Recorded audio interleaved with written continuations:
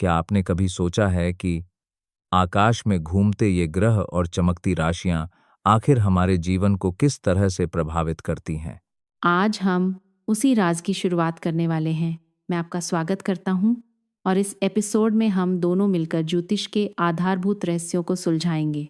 जल्दी से बता दूं, आज आप जानेंगे 9 ग्रहों और 12 राशियों की असली भूमिका, राशियों के नामों के पीछे की दिलचस्प कहानी और वो बेसिक बातें जिनके बिना ज्योतिष के आगे बढ़ना ही मुश्किल है। साथ ही हम ये समझेंगे कि राशियां कैसे बनती हैं, हर राशि का क्या अर्थ है और कुंडली में इनकी स्थिति आपके जीवन में क्या बदल सकती है। तो चलिए शुरुआत वहीं से करते हैं जहां सब उलझता है, ग्रहों और राशियों की बुनियाद से। ग्रहों को अगर पृथ्वी से देखें तो ऐसा लगता है वो धीरे धीरे गोल चक्कर लगाते हैं, लगभग 360 डिग्री का एक पूरा घेरा बनाते हुए। इस 360 डिग्री को जब बराबर 12 हिस्सों में बांट दिया जाता है तो हर हिस्सा 30 डिग्री का हो जाता है। और यही हैं वो 12 राशियां जिनके बारे में सब सुनते हैं। इतना रोचक है ना? हर राशि एक खास दिशा और स्थान दर्शाती है, जैसे सिंह, वृश्चिक या वृषभ। हर एक का नाम और रूप आसमान में दिखने वाले आकार पर रखा गया। और सच पूछो तो आज भी वो प्राचीन नाम और प्रतीक हमारी संस्कृति और कहानियों में उतने ही जीवित हैं जितना हमारे आज के नाम या पहचान। वैसे आपके मन में ये सवाल आया होगा कि 12 राशियों के अलावा 27 नक्षत्रों और 108 चरणों का क्या महत्व है? मुझे ये बात बहुत दिलचस्प लगती है। 27 नक्षत्र, हर एक के 4-4 चरण और इस तरह 108 चरण पूरे हो जाते हैं। यही वजह है कि माला में 108 मन के होते हैं या 108 बार मंत्र जाप किया जाता है। तो ज्योतिष केवल ग्रह, राशि नहीं, बल्कि नक्षत्रों के हर छोटे छोटे हिस्से को जोड़कर एक गहरा तंत्र बनाता है।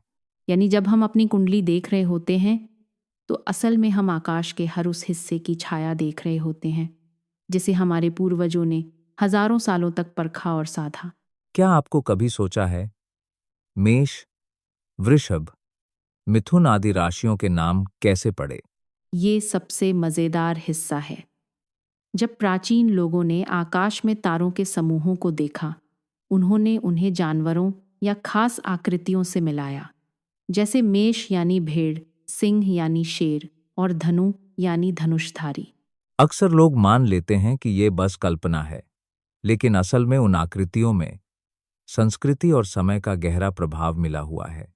और इन नामों के साथ कहानियां भी जुड़ी हैं, जैसे मकर की आकृति मगरमच्छ जैसी है या कुंभ का अर्थ घड़ा है जिसमें जीवन की धाराएं बहती हैं।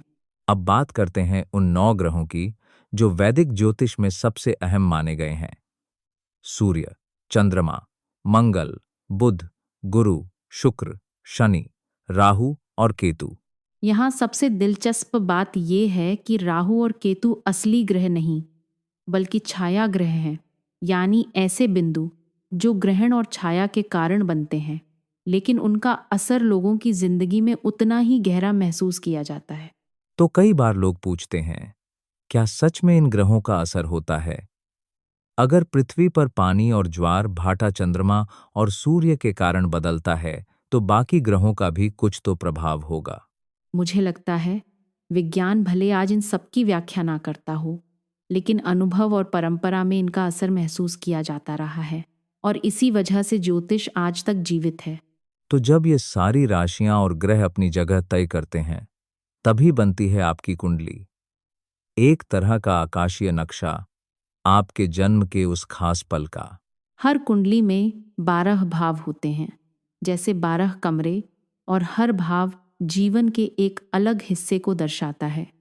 धन, शिक्षा, परिवार, विवाह, करियर, स्वास्थ्य वगैरह।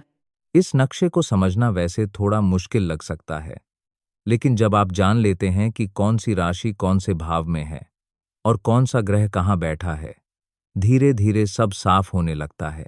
यही कारण है कि ज्योतिष सीखना शुरू में थोड़ा भारी लगता है, लेकिन एक बार बेसिक्स पकड़ में आ जाए तो हर कुंडली पढ़ना जैसे एक कहानी पढ़ने जैसा हो जाता है। तो चलिए आज के सफर को समेटते हैं। सबसे पहली सीख, 12 राशियां और 9 ग्रहों की बुनियादी समझ ज्योतिष की नींव है। दूसरी चीज, नक्षत्रों और 108 चरणों का महत्व। ये हमें ब्रह्मांड और परंपरा की गहराई से जोड़ते हैं।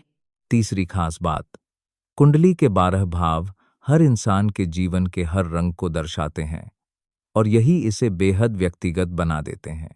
अब आपकी अगली एक्शन स्टेप, इन 12 राशियों के नाम, क्रम और उनके प्रतीक अच्छी तरह याद कर लीजिए। अगली बार जब भी अपनी या किसी की कुंडली देखें, चीजें बहुत आसान लगेंगी। आशा है ये चर्चा आपके लिए उपयोगी रही होगी। अगले एपिसोड में हम कुंडली के गहरे पहलुओं में उतरेंगे। तब तक के लिए अध्ययन करते रहिए और खुद को जानने की इस यात्रा में जुड़े रहिए।